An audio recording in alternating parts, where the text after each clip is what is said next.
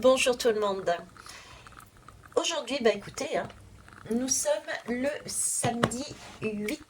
Le samedi 8. Alors j'hésite entre les deux, c'est pour ça que j'ai mis les deux. Entre conte merveilleux et rêve de Gaïa. Je ne sais pas lequel je vais prendre. Euh, donc je suis avec vous justement. Je suis avec vous justement. Voilà, on va faire le rêve de Gaïa. Très bien. On part sur le rêve de Gaïa. Donc, cette semaine, je fais un bref récapitulatif. Nous étions et nous avons été, on va dire, jusqu'à lundi, mardi, mercredi, jeudi, on va dire, dans le brouillard, dans la confusion. On a un objectif, on a compris des choses, et pourtant, on a l'impression que tout n'avance pas, on commence à douter, douter de soi, douter des autres, on commence à se rester sur place. On a eu le message de garder foi, de remettre, de raviver la flamme, d'agir en tant qu'enfant, justement, hein, le côté enfant qui n'était pas sorti était ressorti, d'agir en tant qu'enfant, et en tant qu'enfant aussi se positionner tel quel, c'est-à-dire s'ouvrir et faire confiance à la vie aussi en transmettant notre mal-être et visiblement le fait d'alchimiser de transmuter cette énergie euh, et d'ouverture vers les autres pouvait amener justement une opportunité de résoudre notre difficulté. Comme si nous devions apprendre à transmuter ces énergies qui nous mettaient dans le bad pour faire venir la solution. Donc il y avait des solutions qui arrivaient de l'extérieur pouvant nous permettre de mieux comprendre et surtout d'avancer. Ok, on va aller voir maintenant. Le paquet est grand. Alors ce que je vais faire, je mets sur pause un instant. Voilà, je vais simplement mettre comme ça. Donc, 8 avril. Ok, on va faire comme ça. Donc, 8 avril. Je suis l'esprit de la lumière. Cette lumière qui peut jaillir telle une source de ton cœur. Et cette lumière que tu peux imaginer tel un flot lumineux qui se déverse dans ta tête. Tu peux faire appel à moi dès que tu en ressens le besoin, comme un nettoyage, comme un apaisement, comme un alignement intérieur. Il te suffit de fermer les paupières, d'imaginer cette lumière qui entre par le sommet de la tête et de respirer profondément, calmement. Même si tu ne fais cela que 2 minutes, c'est déjà très bien.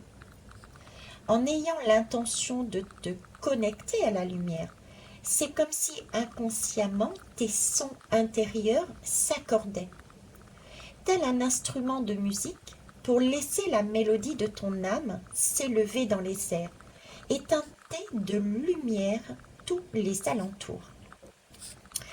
Ce soir, avant de t'endormir, tu peux te dire, en contactant la lumière, je prends soin de moi et je fais du bien à tout l'univers. Alors c'est amusant parce que là, j'avais vraiment la notion de... comme si une clé arrivait. Et aujourd'hui, j'ai cette impression de... Ben voilà, j'étais partie avec une vérité, j'avais pris quelque chose, conscience de quelque chose et j'avais décidé d'aller sur un projet, sur une action, etc. Et puis je me suis mis à douter, je ne savais pas parce que ça n'avançait pas, il y avait des blocages, voilà, ce genre de choses. Je commençais à perdre espoir. Là, on me dit, essaye de transmuter les énergies et bouge, ravive la flamme, euh, transmets, discute autour de toi, mets ton mal-être à l'extérieur. Et là, boum, le fait de faire ça permet d'attirer des solutions.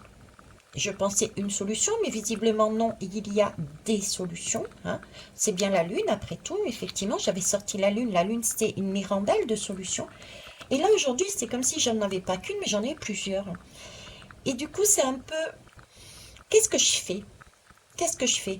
D'où cette demande de revenir en soi et de se poser, de s'aligner et je dirais presque de poser sa question, une, une demande spirituelle à son soi supérieur et à l'univers de se guider, d'être guidé un peu plus. Parce que là, j'ai l'impression d'avoir une mirambelle de solutions tout aussi alléchantes les unes que les autres et ne plus savoir comment faire. Voilà. On va aller voir avec l'oracle des rêves. Je comprends mieux pourquoi les rêves. L'oracle des rêves.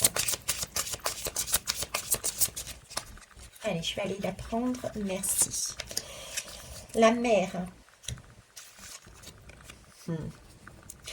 C'est beau la mer parce que, voyez, on parle bien de projet, quelque chose que vous aviez déjà, que nous avions déjà au fond de nous. Et là,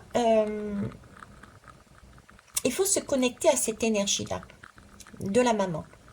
De la maman, celle qui nourrit, réfléchir par rapport à toutes les solutions qui nous arrivent, toutes les clés qui peuvent nous arriver de plus, d'accord? Et se dire, bon, le mieux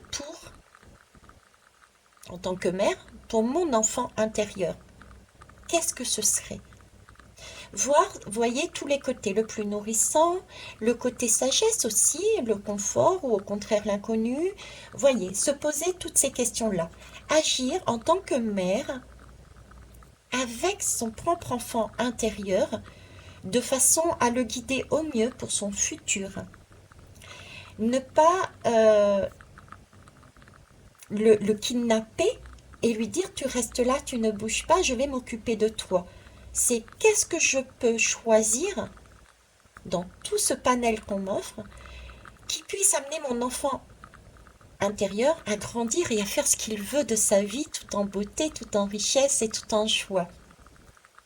Voilà ce que je peux vous dire pour aujourd'hui. On se voit demain. Au revoir.